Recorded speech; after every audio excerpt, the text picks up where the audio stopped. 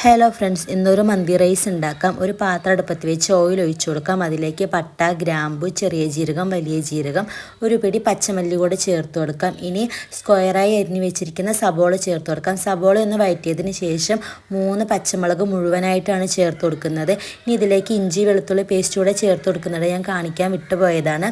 വെളുത്തുള്ളിയുടെ മണം മുന്നിട്ട് നിൽക്കണം. ഇനി അതിലേക്ക് ഒരു മാഗി ക്യൂബ് മുഴുവനായിട്ടും ചേർത്ത് കൊടുക്കുന്നുണ്ട്.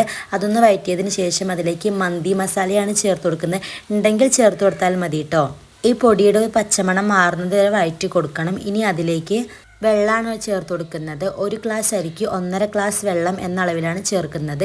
ഇനി അതിലേക്ക് ഉപ്പും മല്ലിയിലയും ഒരു ഉണക്കനാരങ്ങയും ചേർത്ത് കൊടുക്കുന്നുണ്ട്. ഇനി കഴുകി വൃത്തിയാക്കി വെച്ചിരിക്കുന്ന അരി കൂടെ ചേർത്ത് കൊടുക്കാം. ഇതൊന്ന് മിക്സ് ചെയ്തതിന് ശേഷം അടച്ച് വെച്ച് വേവിക്കാവുന്നതാണ്.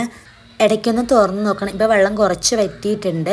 ഇപ്പോൾ ഇതാ ഏകദേശം വെള്ളം വറ്റി വന്നിട്ടുണ്ട്. ഇനി അതിലേക്ക് കളറിനായിട്ട് ഞാൻ കാശ്മീരി ചില്ലി കുറച്ച് ഓയിലൊന്ന് മിക്സ് ചെയ്തതാണ്. അത് കുറച്ച് ഒഴിച്ച് കൊടുക്കുന്നുണ്ട്. ഇതൊന്ന് മിക്സ് ചെയ്ത് കൊടുക്കാം. ഇനി അതിലേക്ക് സ്മോക്കി ഫ്ലേവറിനായിട്ട് കുറച്ച് ചാർക്കോളിൽ കുറച്ച് നെയ്യ് ഇട്ട് കൊടുത്തിട്ടുണ്ട്. ഇനി ഇതൊന്ന് അടച്ച് വെക്കാം.